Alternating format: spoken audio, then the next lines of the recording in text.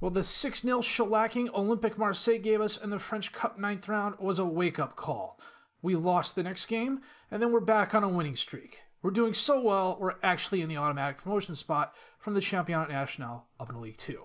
That's a good thing and a bad thing. My name's FM19, and this is the Ritornu Gloria with SC Bastia.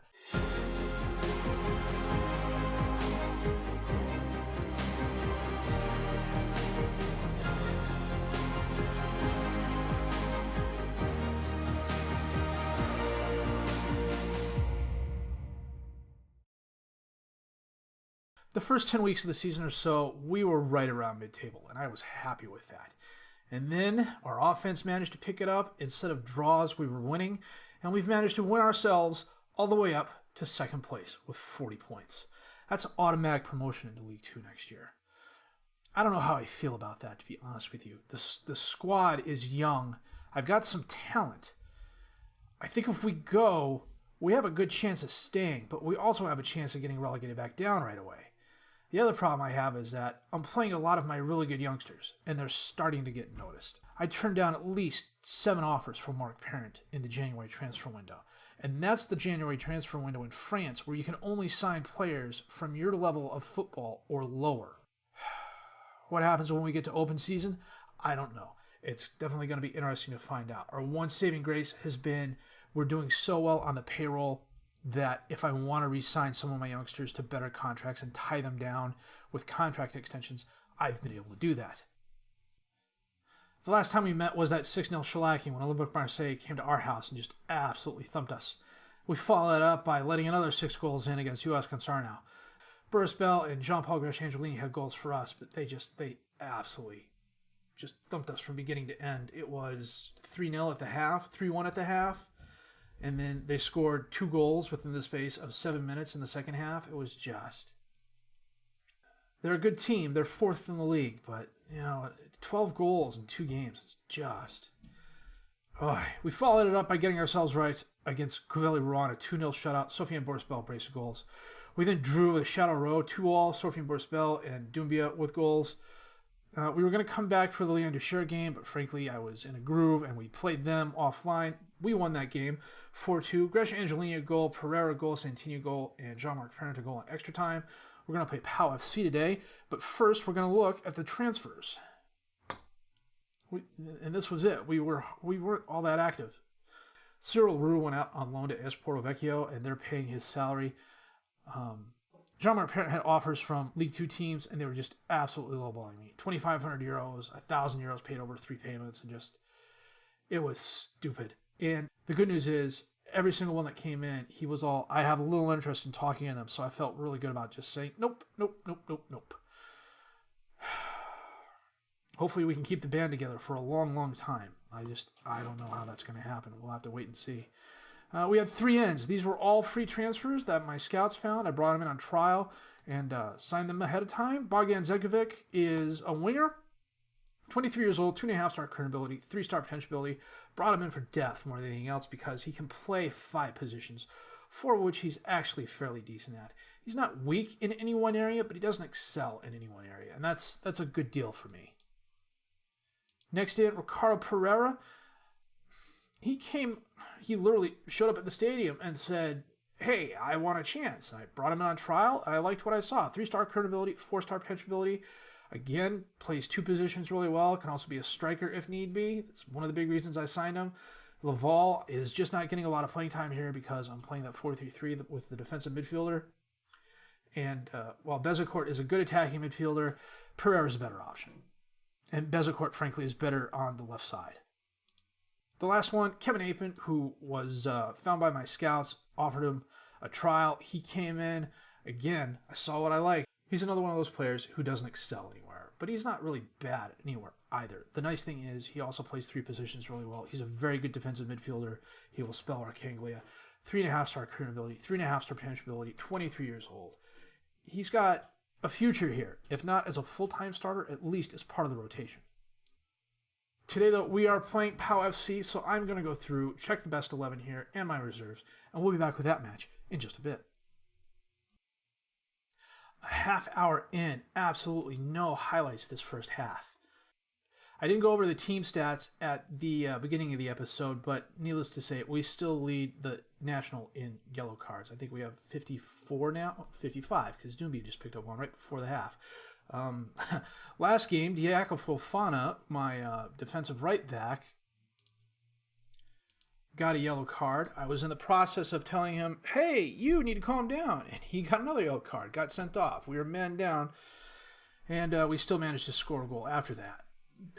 I have no idea what's going on. I don't have get stuck in on or anything like that. You know, I'm marking tighter. We're counter-pressing.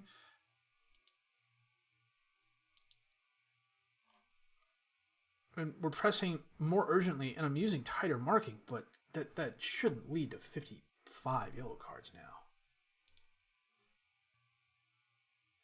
Leclerc for PAU.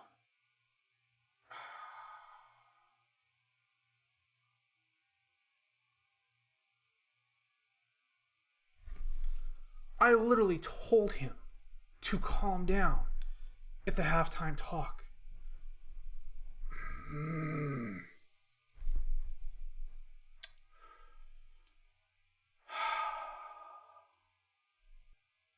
Well, that's another 2 weeks salary coming my way.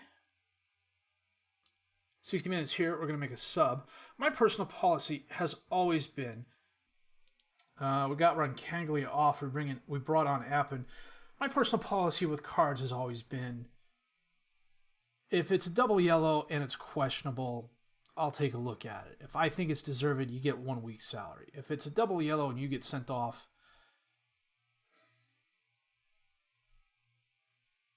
and Gigliotti scored a screamer from distance. Wow. Off the penalty kick. That's got to be at least 30 yards. Throw in. Lorenzi knocked away. Appen has it. Sends it in. Santini. Oh, over the... How did the keeper not catch that? Santini must have just dinked it. Oh, let's take a look here. The 3D. Appen to Santini, who heads it. That's interesting. Okay, I'll take it. 4 minutes at a time. Can we hold? I've been playing positive. This is questionable. Basel centers it in. Kamara knocks it down, but Chauvin's there. Knocked away. Leclerc to Tressens. He tries crossing it in, but it's knocked away. And that is the game. Well, we fought back to claw the drawback. Anyhow, my team policy on yellow cards, and I've realized this is like the 5th time I've tried saying this. Tim and Bastia hold out to a draw against PAU FC. Dumbia suspended. Okay, this is my policy. He got suspended for a double yellow, and that's after I told him to calm down. That's a 2-week fine. A normal suspension for a double yellow is just 1 week. A straight red is 2 weeks. I don't care who you are, well, let me rephrase that. Yeah, I care a little bit who you are. If you're my star player and you get sent off on a straight red, I'll fine you a week or 2 weeks. It depends on the severity of it. But you're not going to get just a hand slap and a hey, tough break from me when you commit a foul and get sent off and put the team in a bad spot. In this case, Dumbia has a potential issue. Feels the fine was unfair. My standard thing is, it's standard punishment.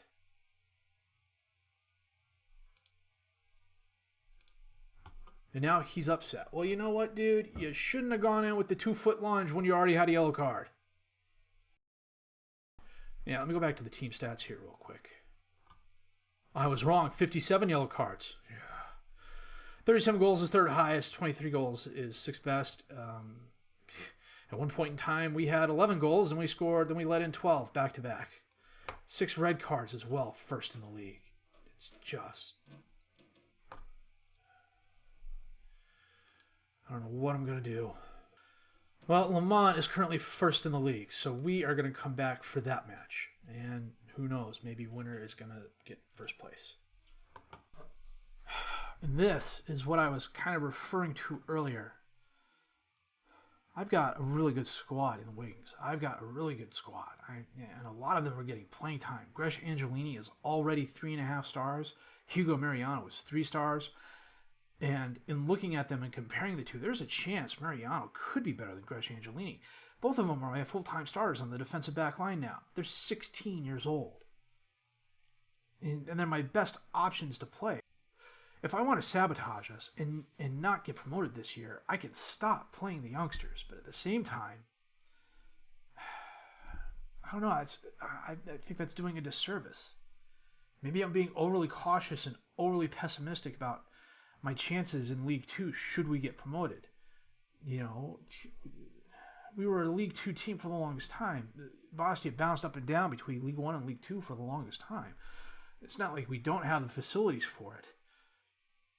My other big fear is something I talked about earlier. By playing Gresh Angelini, by playing Parent, by playing Burst Bell, by playing Mariano, Patrick Istria got a little bit of playing time, but Frank Diallo's got a decent amount of playing time. He's got 7 goals and 5 assists and 11 starts. It's 6 goals and 4 assists in the National League. You know, am I putting him out there on other people's radar? Am I going to be able to keep them? I don't know. We'll have to wait and see. What would you do if you were in my shoes? I'd be interested in hearing that. If you do like what you've seen and heard, please leave a like, subscribe to the channel for more content. Questions, criticisms, comments, leave those down below. I'll answer them as fast as I can.